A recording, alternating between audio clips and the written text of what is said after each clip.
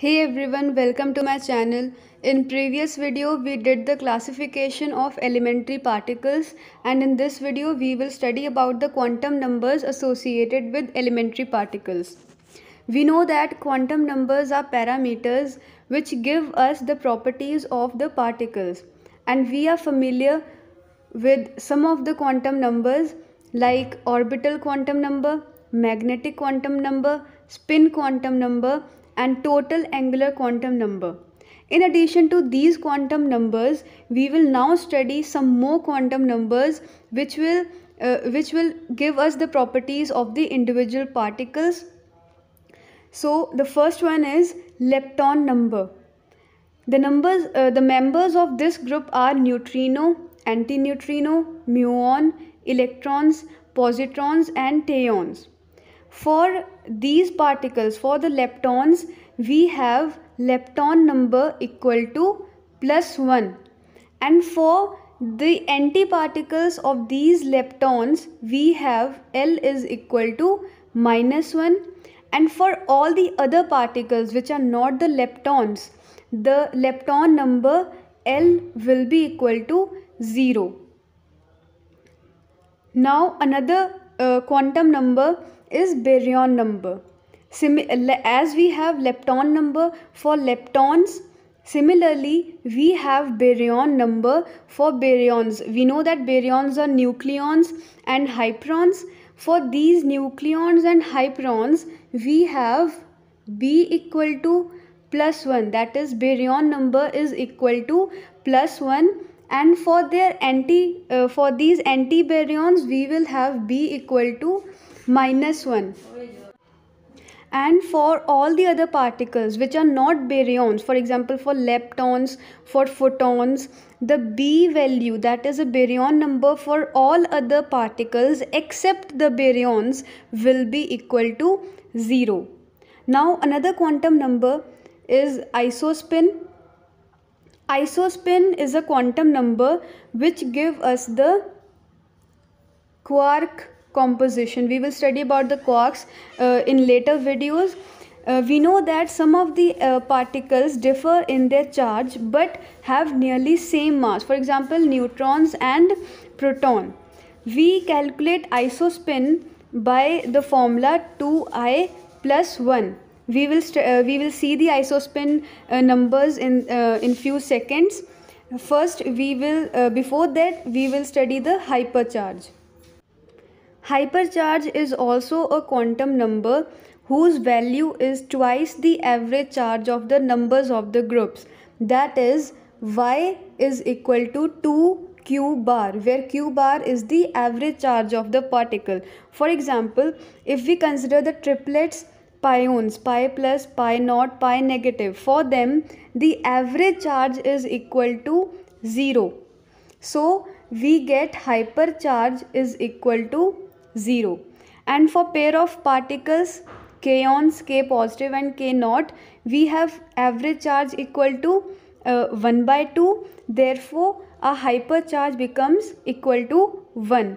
Similarly, for the pair of antiparticles of kaons, we have the hypercharge equal to -1. We can also find out hypercharge by adding baryon number and strangeness quantum number. We will further study about the strangeness quantum number.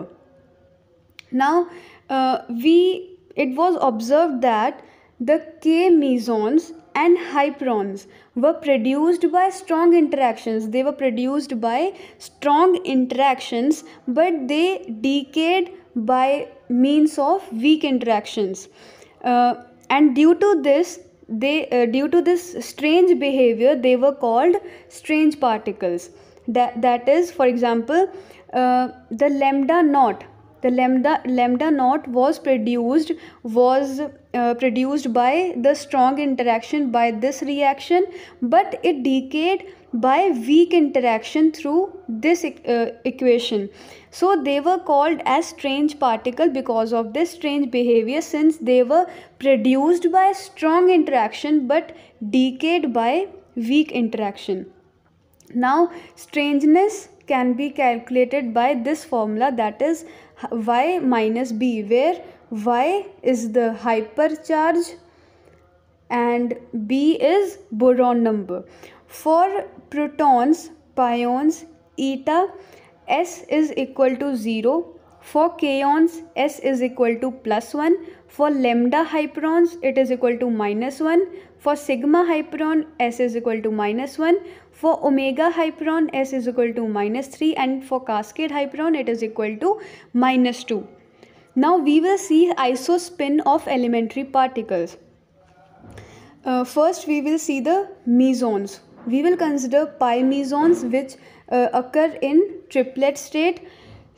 Now we know that isospin can be calculated by this formula 2i plus 1, which will be equal to number of triplet states, which is equal to 3 for pi mesons. Now here isospin will become 3 minus 1 divided by 2, which is equal to 2 divided by 2 equal to 1.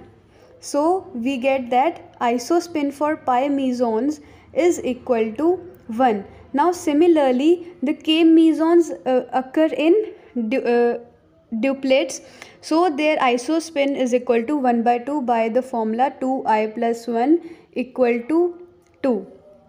So similarly we can find out the isospin of all the elementary particles, and isospin is represented by I, and its Iz is the third component of isospin. Iz is a third component of isospin whose value lies between -I to +I. Therefore isospin for pions is +1 to -1, and the state multiplicity can be find out by 2i plus 1 formula, which is equal to 3. So we have 3 multiplets of pions. Similarly, where we have 2 multiplets of kaons, and therefore its isospin is 1 by 2, and the spin multiplicity of eta is equal to 1, therefore its isospin is 0. Similarly we can find out the isospin number for all the baryons. Now we will see the strangeness and hypercharge for the mesons and baryons. For pions, all the pions, strangeness number is equal to 0. Therefore their hypercharge is also equal to 0, because hypercharge is equal to baryon number plus strangeness quantum number. Baryons, since mesons are not the baryons, therefore baryon number is equal to 0, and since the strangeness is also equal to 0, therefore the hypercharge becomes equal to 0. For kaons, the strangeness is equal, for kaon particles the strangeness is equal to 1, and for kaon antiparticles the strangeness is equal to -1. Therefore their hypercharge becomes 0 plus 1 equal to +1, and for antiparticles hypercharge is equal to 0 minus 1 equal to -1. Here 0 becomes because these are not baryons. Baryon number is only for baryons, and since these are mesons, therefore for them B is equal to 0.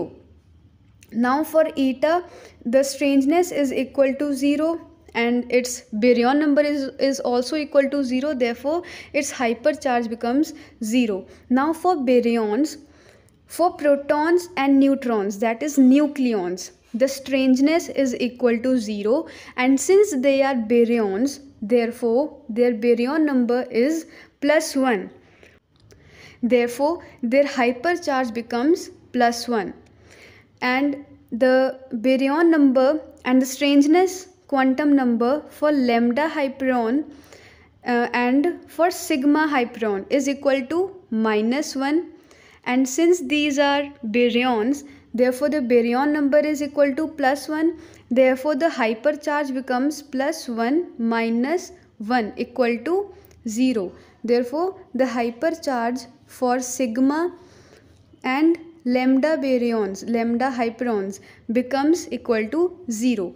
Now for cascade strangeness quantum number is equal to -2, and since they are baryons, therefore the hypercharge becomes +1 -2, which is equal to -1.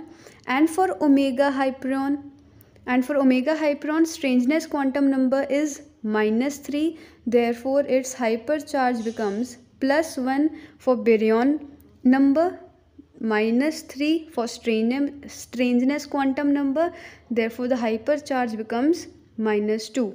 So in this video we studied about the quantum number. I hope it is clear for you. So we will end up here. I hope you like the video. If you like the video, please subscribe it and share the video. Thank you.